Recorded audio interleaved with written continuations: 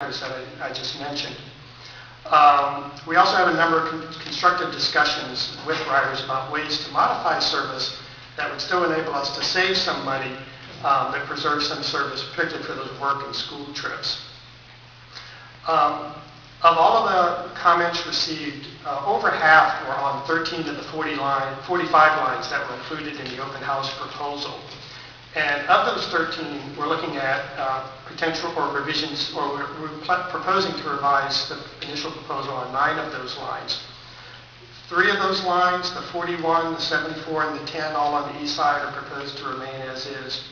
Lines on the west side that are proposed to be revised include the 18 Hillside and 63 Washington Park, which are proposed to be combined and operate as one line as far east as southwest 18th Avenue.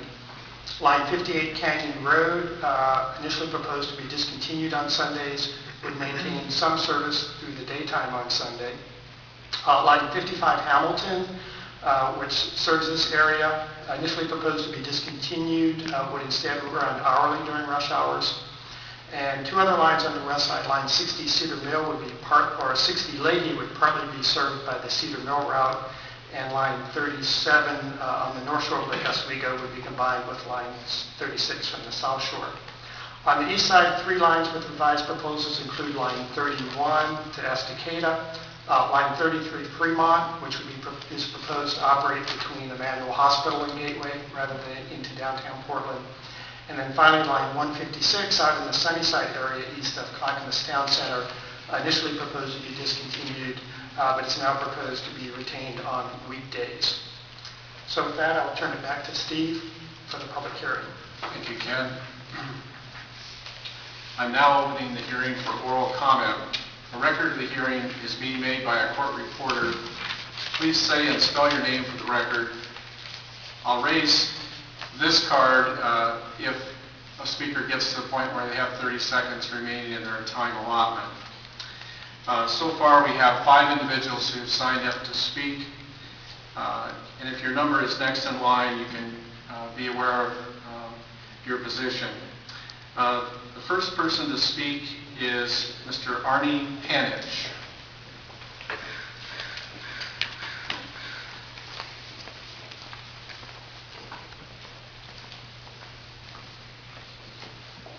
My name is Arnold Panich, A-R-N-O-L-D, P-A-N-I-T-C-H, and I live here in Southwest Capitol Highway, quite a short walk from here. I have 3 comments, and I want to thank the staff and board members for coming to Wilson here and sharing this time with us. We are about 10 minutes by bus from downtown. We are an inner city neighborhood, and we have lots of buses crisscrossing through here, and the service is generally very good. I want to thank you for the 54, 56 brand new buses that we've enjoyed riding. But we do have some issues, and I'd like to raise those with you. The first one is to ask that you keep Fairless Square intact, because we still got to get there. No matter how you slice and dice it, we still got to get there. And I volunteer down at Travel Portland, Pioneer Courthouse Square. We deal with a lot of convention people and tourists who think that this is an incredible service which makes Portland, Portland, that they can go all the way to Lloyd Center. I would ask in the name of the disabled, seniors, and students that Fairless Square go all the way to Goose Hollow on the west side of downtown, all the way to Lloyd Center. That this tension that occurs when you get to 10th going west need not occur because it's still in downtown. And I would ask that connect all the way out to Goose Hollow. So keep Fairless Square totally intact for tourists, for disabled, for seniors, and convention people, plus the downtown or Lloyd Center lunch bunch that are going back and forth. It's very, very important instead of trying to stop it like you proposed at 7th. My second comment is about the number 39, the Lewis and Clark line, and I cannot say this more forcefully. We've got to get rid of the RAS bus and take those hundreds of thousands of dollars that you've permitted this second bus system to come into this neighborhood. If you were to get that funding, you could run that 39 night and day, including the drunk bus at midnight in front of Nordstrom's to take the kids. And also, it's just amazing that they would run a bus all the way to our airport when we've got such wonderful MAX service out there to get these Lewis and Clark students back and forth to campus.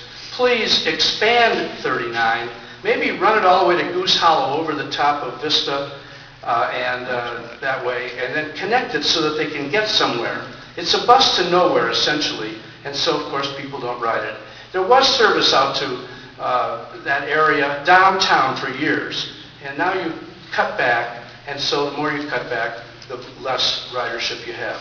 Expand the 39, get rid of that awful permit you've got with RAS, running to Selwood, running to Fred Meyer out here on Barber, and running downtown and to the airport. Somehow you've got to come to forcing that college to come into Portland. It is in the city limits, and it should not be separate. Did I get the card yet? Okay, I have 30 seconds. And then the number one, the Vermont bus is more crucial than you seem to think. The Vermont bus is a safe route to schools. And I want to tell you that any bus that comes anywhere near this school or Robert Gray or Reiki, any of those destinations must be considered as a safe route to schools. Every time you stop a bus like the number one and cut it back, you're going to add more yellow school buses to our pollution. I grew up in Detroit. Some of you have heard of Detroit, have you? And Detroit had no school buses when I was growing up. We rode the city buses. And there's no reason why school children can't ride city buses here, and that would impact that with the number one. Okay? Thank you very much. Thank you, Mr. Panic. Our second speaker is Barbara Rowland.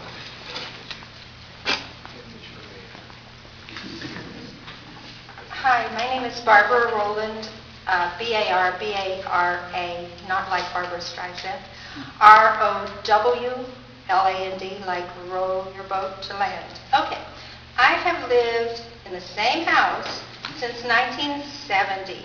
I remember when we had a Rose City Transit Company. Well, sometimes I think we still do. I think that not only I, but friends who live out in Oregon City sometimes feel like the stepchildren of TRIMET, which I believe used to mean Tri-County Metropolitan Service District, which to me means that all three counties receive some sort of proportional service. It never seems to work that way. I can't disagree more with our first speaker on one point. We do not need Fairless Square. I've spoken to people from other large cities. They don't have Fairless Square. They still have people come to their convention centers. We do not need Fairless Square. If you don't have it, you can generate more revenue and you can cut less service.